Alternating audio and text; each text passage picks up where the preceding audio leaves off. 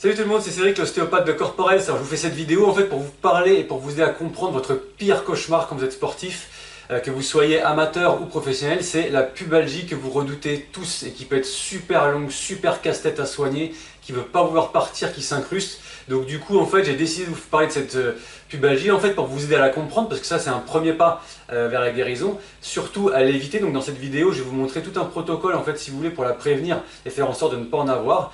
Et dans une prochaine vidéo que je vous ferai la semaine prochaine, je vous montrerai comment on la soigne. Donc en attendant, si vous aimez mon travail, n'hésitez pas à vous abonner, à liker, à partager avec vos potes sportifs et à commenter.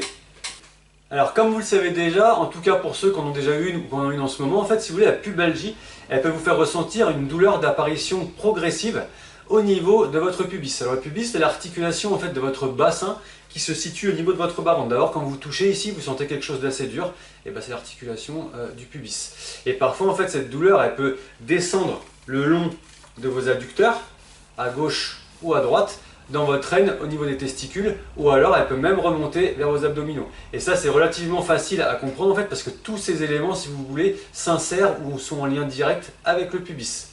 Vous pouvez aussi ressentir les douleurs si vous voulez lorsque vous êtes en appui sur une seule jambe et que vous sautez, lorsque vous faites un port de charge un peu lourde, ou alors lorsque vous fléchissez brusquement en fait votre buste vers l'avant. Il doit bien y avoir une exception ou deux, mais en général, vraiment la pubalgie, c'est une pathologie vraiment du sportif, qu'il soit amateur ou professionnel. Alors ça, ce que je viens de vous dire, en fait, c'est vraiment la partie simple du problème. Il y a une partie un peu plus compliquée, en fait, qui explique pourquoi elle peut être en fait si difficile ou si longue à soigner. Déjà, il y a l'existence de facteurs déclenchants qui sont directement liés à son apparition, en fait. Ça veut dire sur le type de sport que vous faites. Je vais vous citer les sports les plus à risque. Le premier sport le plus à risque, c'est le foot. Ensuite, c'est le hockey sur glace. Ensuite, c'est le rugby. Et ensuite, c'est l'athlétisme et le tennis, en fait. Ça, c'est les sports les plus à risque. Mais il en existe d'autres, bien sûr. Et donc, ça, déjà, ça peut jouer dans l'apparition de pubalgie. Mais il y a aussi des facteurs favorisants, c'est-à-dire, en gros, qui sont liés à votre anatomie, à votre biomécanique. Ça veut dire qu'en fait, c'est lié directement, en fait, à votre anatomie et à votre façon de bouger qui vous est propre. Qui fait, en fait, que vous pouvez avoir plus facilement une pubalgie plutôt que votre voisin en fait. C'est ça qui rajoute un petit peu de complexité aussi, c'est le fait qu'elle soit aiguë, donc qu'elle apparaisse relativement rapidement liée à des micro-traumatismes répétés en fait, ou alors qu'elle soit plutôt chronique, c'est-à-dire qu'elle soit plus progressive et plutôt insidieuse en fait. Ce qui peut aussi, si vous voulez, jouer un petit peu dans tout ça, c'est qu'il existe différents types de pubalgie.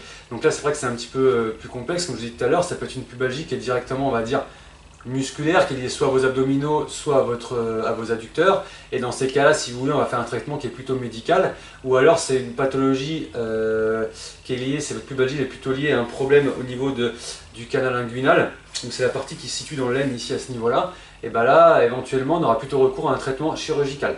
Donc ça, c'est pas tellement entre guillemets votre problème, ça sert à rien de retenir tout ça. Parce que ça c'est plus, on va dire, votre thérapeute ou votre médecin traitant qui devra se débrouiller un petit peu avec ça pour vous donner un traitement vraiment le plus adapté possible. Mais c'est vraiment pour vous faire comprendre que c'est vraiment un tout, qu'il y a plein de choses qui rentrent en compte en fait, et que c'est pas très facile à prendre en charge et que c'est relativement complexe. Alors maintenant que vous avez compris un petit peu en gros ce qu'est la pubalgie, je vais vous reparler en fait des choses qui peuvent la favoriser. Vous savez que tout à l'heure on a parlé un petit peu de votre anatomie en fait, et ben tout simplement, qu'est-ce qui peut dans votre anatomie ou dans votre morphologie faire que vous ayez plus une pubalgie qu'une autre personne en fait? Et bien tout simplement, je vais vous donner le portrait robot de la personne qui peut avoir une pubalgie. C'est un homme, donc sportif en fait si vous voulez, qui doit avoir une colonne un petit peu cambrée en fait. C'est-à-dire que la colonne du mec qui a la pubalgie, elle est relativement cambrée en fait, et son bassin part un petit peu vers l'avant. En fait, il aura aussi une bonne, si vous voulez, un bon développement musculaire si vous voulez, mais il aura les muscles un petit peu courts. Surtout au niveau des muscles ischio-jambiers. Les muscles ischio-jambiers, c'est les muscles qui se situent un petit peu derrière votre cuisse, et des muscles adducteurs. Et aussi, il faudra noter qu'il aura une relative faiblesse au niveau des muscles obliques, qui font partie des abdominaux en fait. Donc du coup, vous imaginez bien que dans le protocole que je vais vous montrer tout à l'heure, on va faire toute une prévention sur ces muscles-là, sur la raideur et la cambrure de la colonne, etc. pour justement en fait déjouer tous ces pronostics. Après, il existe malheureusement d'autres facteurs extérieurs en fait, qui peuvent jouer sur l'apparition de pubalgie, comme le type de chaussures que vous avez, le type de terrain, le surentraînement, l'hydratation, et si effectivement il peut y avoir des petits foyers infectieux présents dans votre corps, comme par exemple s'il y a une carie mal soignée, ça peut éventuellement jouer sur l'apparition ou sur le maintien en fait de votre pubalgie. Alors le premier exercice que je vais vous montrer pour mobiliser votre hanche quand vous avez une pubalgie et pour l'éviter, c'est très simple, il faut être assis comme je suis là en ce moment, les jambes avec les pieds à plat sur le sol, et en fait on va alterner les mouvements de rotation externe et de rotation interne de hanche. Donc c'est-à-dire que vous allez rester bien à plat comme ça, droit, et vous allez basculer votre hanche comme ça en rotation externe, et vous alternez avec un mouvement de rotation interne, et vous essayez, si vous y arrivez, de toucher le sol. Et forcément, vous faites pareil avec la jambe gauche, donc rotation externe et rotation interne. Voilà, je le refais encore une fois. Rotation externe, rotation interne. On essaye de toucher si on peut. Pareil de l'autre côté, rotation externe et rotation interne. Voilà, comme ceci. Là, c'est assez simple. On a mobilisé la hanche en rotation interne, en rotation externe. Maintenant, ce qu'on va faire, c'est qu'on va remobiliser la hanche en flexion, en extension. Donc là, il faut se mettre en position, si vous voulez, de chevalier servant. Donc vous voyez, vous avez la jambe avant, par exemple, moi c'est ma jambe avant droite qui est comme ceci. La jambe arrière gauche qui est posée, donc genou à terre. Et là, vous vous tenez bien droit et vous avancez sur votre jambe. Donc votre jambe droite va être travaillée en flexion. Et votre hanche gauche va être travaillée en extension. Et vous faites des mouvements d'avant vers l'arrière, bien dans l'axe, comme ceci. Voilà. Et ensuite, vous alternez. Essayez, si vous y arrivez, en fait, que votre bassin ne regarde pas vers l'extérieur. Et vraiment de le redresser pour qu'il soit vraiment, si vous voulez, perpendiculaire à votre hanche et que vous soyez bien face à l'endroit où vous voulez aller. Et on bascule d'avant vers l'arrière. Donc c'est des mouvements dynamiques, mais une fois que vous avez fini de les travailler, si vous voulez, il n'y a rien qui vous empêche de maintenir la position un petit peu vers l'avant et de vous tenir bien droit. Et là, vous allez étirer votre muscle psoas. Donc le muscle psoas, c'est celui que je vous montre en photo, en médaillon sur la vidéo. Donc vous maintenez la position 20-30 secondes et forcément vous faites ça aussi côté gauche pour que ce soit vraiment symétrique dans ce que vous faites. Le troisième exercice de mobilité, en fait, il est un petit peu plus compliqué. En fait, ce qu'il va falloir faire, c'est avoir les mains à niveau du sol comme ceci. Et ensuite, avec votre jambe, vous allez essayer de venir poser le pied à plat à côté de votre main et vous gardez la jambe arrière tendue comme ceci. Et vous maintenez la position 2 à 3 secondes. Et ensuite, vous faites la même chose, donc de l'autre côté, main à plat et jambes tendues en arrière, comme ceci. Et vous maintenez la position 2 à 3 secondes. Donc voilà pour le troisième exercice de mobilité. Donc là maintenant, je vais vous présenter le quatrième et le cinquième. Alors le quatrième exercice de mobilité que je vais vous montrer, soit vous vous mettez sur un tapis de sol, soit comme moi je vais le faire à l'instant, vous vous mettez sur une table par exemple. Donc il va s'agir en fait de poser votre cuisse comme ceci sur la table, si possible aussi bien à plat. Et une fois que vous êtes comme ceci, vous voyez, vous faites des mouvements de rotation, comme ceci. Et ensuite, c'est très simple, forcément, vous faites avec voilà, l'autre jambe et on fait des mouvements de rotation. Si jamais c'est trop dur, et bien tout simplement, vous vous mettez debout, vous fixez votre bassin, vous mettez les paumes de main vers vous, comme ceci, enfin paume de main à l'extérieur, et vous faites des rotations de bassin, de colonne sur bassin, comme ceci. Et là, vous voyez, mon bassin, il est relativement fixe, il ne bouge pas, ça, je ne vais pas chercher trop loin derrière. Là, on reste comme ceci, et voilà, comme le bassin il est fixe, on est très vite limité. Et on fait des petits allers-retours, comme ça. Et pour faire des mouvements de flexion, extension du bassin, donc là c'est très simple, je vais me mettre de profil pour que vous voyez bien. en fait, il va essayer de faire basculer votre bassin vers l'arrière et vers l'avant. Donc on alterne arrière, avant. Ça peut, lorsque vous sentez qui est juste ici devant, là, quand vous appuyez, il va essayer de le faire se rapprocher de votre sternum. Quand vous voulez basculer le bassin vers l'arrière, comme ceci. Et au contraire, on va l'éloigner, donc mettre les fesses en arrière, quand on va basculer le bassin vers l'avant. Et on alterne comme ceci. Voilà. Comme ça, on a les mobilités en rotation, les mobilités en flexion, extension. Et les mobilités en inclinaison, c'est très simple. Vous pouvez vous mettre debout et vous coulissez comme ceci, tranquillement, les mains le long de vos cuisses.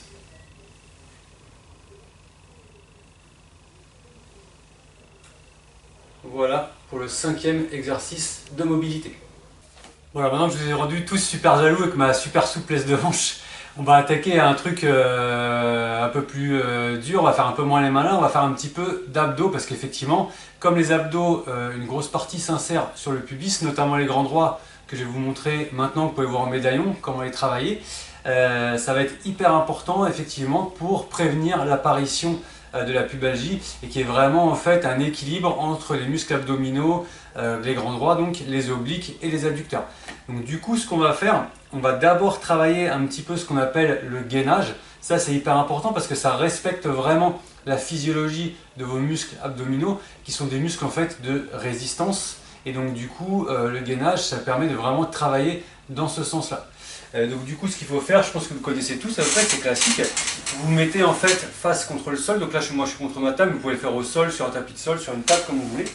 Et ensuite, on se place comme ceci. On essaie de mettre les coudes à peu près à l'aplomb des épaules, à bien relever le bassin et à regarder légèrement en fait vers l'avant pour, si vous voulez, créer une ligne entre vos vertèbres cervicales, vos vertèbres dorsales et vos vertèbres lombaires. Et vous maintenez la position comme ceci. Vous faites attention quand vous sentez que vous faiblissez à ne pas trop cambrer le dos. Il faut bien que la ligne droite persiste. Donc quand vous sentez que vous faiblissez, dans ces cas-là, vous arrêtez. Ensuite, il y a une deuxième façon de travailler les muscles grands droits. Donc là, on va s'intéresser à la partie basse des muscles grands droits. Alors déjà, quoi qu'il arrive, cet exercice, il travaille quand même tous les abdos, quoi qu'il arrive, mais il va vraiment focaliser sur la partie basse des grands droits. Pourquoi je vous fais faire cet exercice? Parce qu'en fait, cet exercice, il va vous permettre en fait, de faire basculer en fait, votre bassin vers l'arrière. Et je ne sais pas si vous vous souvenez, en fait, tout à l'heure, je vous ai dit que les gens qui étaient susceptibles d'avoir des pubalgies pouvaient être un petit peu cambrés. Donc là, ça va lutter un petit peu contre la cambrure parce qu'en fait, les abdos, ils vont tracter le bassin et décambrer légèrement. Donc c'est toujours un petit plus pour lutter en fait contre la cambrure trop prononcée. Donc là, on va se mettre allongé sur le dos. On va venir attraper, en fait, soit si vous êtes à côté de votre canapé, vous attrapez votre canapé, si vous avez un objet en tout cas à saisir qui peut vous maintenir, c'est intéressant. Moi je saisis le bord de la table, on se met comme ceci, et en fait très souvent j'en vois qui font des mouvements comme ça, qui jettent, qui vont chercher loin, etc. C'est possible, c'est pas mon truc préféré, parce qu'en fait en faisant ça, en tendant les jambes, on va surtout travailler le muscle psoas. C'est absolument pas ce qui nous intéresse le plus en ce moment, on est plus sur les grands droits. Donc si vous voulez balancer les jambes très loin devant et les ramener, on ne va pas être focalisé sur les abdos parce que les abdos ne se sont jamais insérés sur vos cuisses, ni sur vos jambes. Les abdos ils s'insèrent sur le pubis, donc c'est surtout cette partie-là qu'on va essayer de mobiliser. Donc ça, les grands bras de levier avec les jambes, oui, ça peut vous faire mal au dos, donc si vous le faites, n'hésitez pas à bien contrôler la descente pour pas qu'ensuite vous ayez des problèmes de dos. Donc là, nous, on va vraiment se focaliser sur la partie basse, donc sur nos abdos. Donc on va vraiment essayer de mobiliser la partie basse du bassin pour être très spécifique sur la partie basse de nos abdominaux. Donc vous voyez déjà ceux qui font un petit peu de muscule déjà à côté, ça peut aussi vous servir pour vraiment effectivement cibler la partie basse des abdominaux. Donc on se met comme ceci, et en fait on va mobiliser le bassin, et lorsqu'on va reposer, on va essayer de ne pas toucher complètement la table pour garder en fait les muscles abdominaux sous tension. Donc on lève, on relâche, et vous voyez, je ne pose pas. Je repars tout de suite. Je ne pose pas. Et je repars. Comme ceci. Donc en gardant les muscles abdominaux, en fait, si vous voulez, sous tension. On va être beaucoup plus spécifique dessus. Il y aura besoin de faire moins de répétitions pour vraiment bien les sentir. Donc du coup, on est gagnant vraiment partout. Ensuite, ce qu'on peut faire, je ne sais pas si vous vous souvenez, c'est pareil, je vous avais dit que les personnes qui avaient pouvoir avoir des pubalgies plus facilement que d'autres, en fait, ils ont une relative faiblesse des muscles obliques. Donc qu'est-ce qu'on va faire en fait? Tout simplement, eh ben, on va les travailler. Donc là du coup c'est le même principe, en fait on va se mettre en appui sur le coude, on va essayer à ce que le bras en fait soit à l'aplomb de l'épaule. Ensuite on va placer les pieds comme ceci, donc soit vous vous levez comme ceci, ou soit vous placez les pieds comme ceci, c'est comme vous voulez. Et pareil, vous essayez en fait de former une ligne droite entre votre colonne cervicale, votre colonne dorsale, votre colonne lombaire, qui sont derrière bien sûr, et vous maintenez comme ceci. Voilà. Et bien évidemment, vous faites pareil de l'autre côté, ça va de soi. Le quatrième exercice d'abdos que je peux vous montrer concerne aussi les muscles obliques plus particulièrement. Donc là, ça va être plutôt ce qu'on appelle du concentrique, ça veut dire qu'on va les faire se contracter. Là, on l'a fait ce qu'on appelle en isométrique, en statique, pour encore une fois respecter la physiologie principale des muscles abdominaux. Mais ils ont aussi un rôle concentrique, notamment en fait quand ils ramènent votre buste en fait vers votre bassin. Donc on va quand même le travailler. Donc là, ce que je peux vous proposer, en fait, si vous voulez, c'est de plier un petit peu les jambes, comme ceci, en crochet, de venir placer votre cheville sur votre genou opposé, de placer les mains en appui derrière votre tête, sans ramener trop fort comme ceci, juste pour que ça serve de point d'appui. Et en fait, vous relevez le buste, en fait, en essayant de rapprocher vos pectoraux de votre pubis, donc l'os qui est là, celui dont on parle depuis tout à l'heure, et pas forcément de relever très haut comme ça ne sert pas à grand chose. Donc on relève, et ensuite, pour accentuer sur les obliques, avec le coude, on va essayer de toucher le genou droit comme ceci. Vous reposez, et ensuite on fait pareil, donc je baisse mon bras du côté droit pour que vous puissiez voir, avec le côté gauche. Donc en fait, ça donne comme ça. On repose, et on repart. Voilà. Et là c'est pareil, vous êtes assez spécifique à vos muscles obliques. Si vous voulez accentuer le travail, parce que là on est surtout sur les muscles obliques externes, si on veut accentuer un petit peu le travail sur le psoas éventuellement et sur l'oblique interne, ce qu'il va falloir faire, ça c'est un peu plus complexe, c'est qu'en même temps que vous ramenez le coude droit, vous allez en fait décoller très légèrement votre pied gauche de la table et vous allez sentir en fait que ça va travailler à ce niveau-là, donc en bas à gauche de votre ventre. Donc là, je ne sais pas si ça va être perceptible sur la vidéo, mais en même temps que je fais ceci, je décolle légèrement.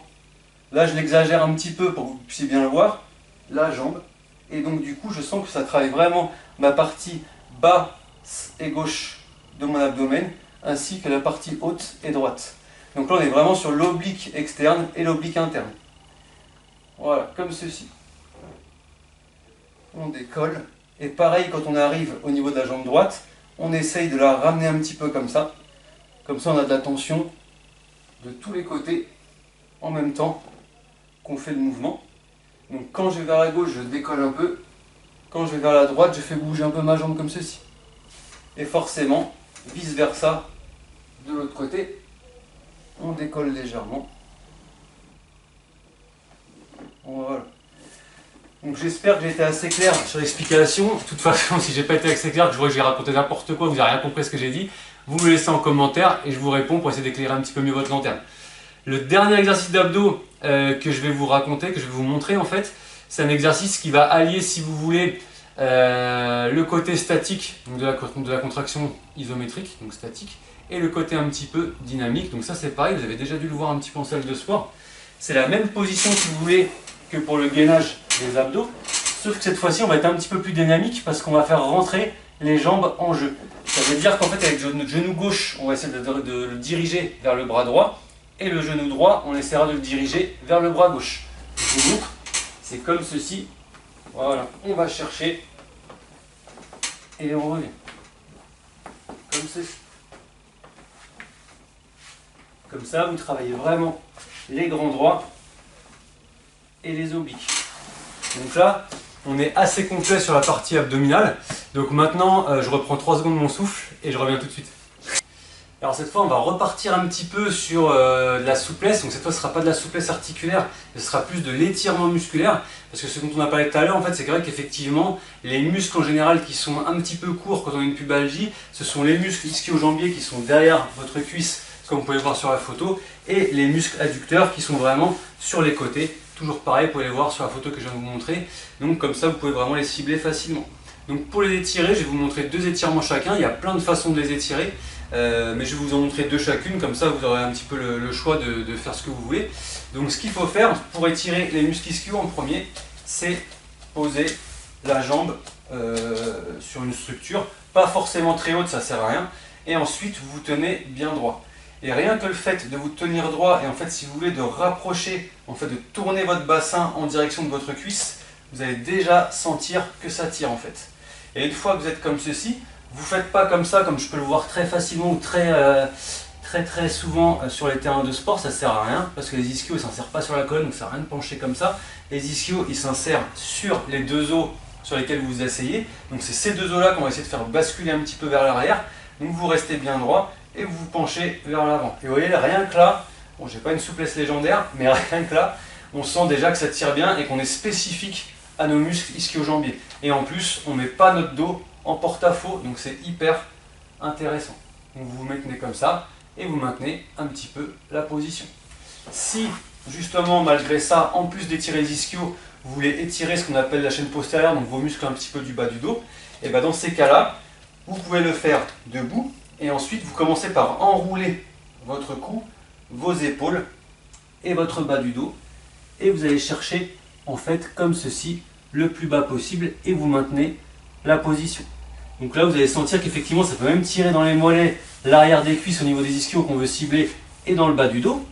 Par contre, pour vous relever, pour ne pas vous abîmer le bas du dos, ce qu'il faut faire c'est déverrouiller un petit peu vos genoux et ensuite vous, si vous voulez, vous déroulez en commençant par le bas du dos, ensuite la partie moyenne du dos et votre tête. Comme ça c'est toujours pareil, on ne met pas en porte-à-faux votre colonne vertébrale et vous êtes sûr d'être spécifique au niveau musculaire et pas vous faire mal justement au niveau des articulations. Pour ce qui est de l'étirement des muscles adducteurs, donc ça c'est pareil, c'est très simple. Soit vous vous mettez debout comme ceci et vous écartez les jambes le plus possible, comme ceci, voilà. Et une fois que vous sentez que vous êtes en tension, et ben vous restez comme ça, vous maintenez la position. Si vous n'arrivez pas à maintenir la position, dans ces cas-là, vous pouvez prendre un point d'appui en mettant une table devant vous, un truc comme ça, vous pouvez vous appuyer dessus, sans problème. Ou alors, ce que vous pouvez faire, c'est très simple, c'est vous asseoir, mettre vos mains comme ceci, rapprocher, et en fait essayer de faire descendre vos genoux, si vous voulez, vers le sol. Donc là, on s'aperçoit que j'ai une souplesse incroyable. Il y en a plein d'entre vous qui descendront bien plus bas que moi, sans problème. Et donc pareil, vous maintenez la position 20-30 secondes et vous restez un petit peu comme ça. Et vous répétez un petit peu les exercices de façon régulière, tous les jours, sans se prendre la tête. Ça ne sert à rien de le faire 1h30 par jour, pas du tout. Mais vraiment de faire de façon très régulière et assidue pour que vraiment il y ait un résultat et que vous puissiez le plus possible limiter le risque d'avoir une pubalgie. Donc voilà les amis, j'ai fait le tour de ce que je voulais raconter sur la prévention de la pubalgie. N'hésitez pas à commenter si vous avez déjà été dans le cas, si il s'est passé des choses particulières pour vous, si vous avez trouvé la vidéo qui était sympa. N'hésitez pas à la partager justement à vos potes sportifs et à vous abonner sur ma chaîne. En attendant, je vous souhaite une super bonne journée, prenez soin de vous et je vous dis à bientôt.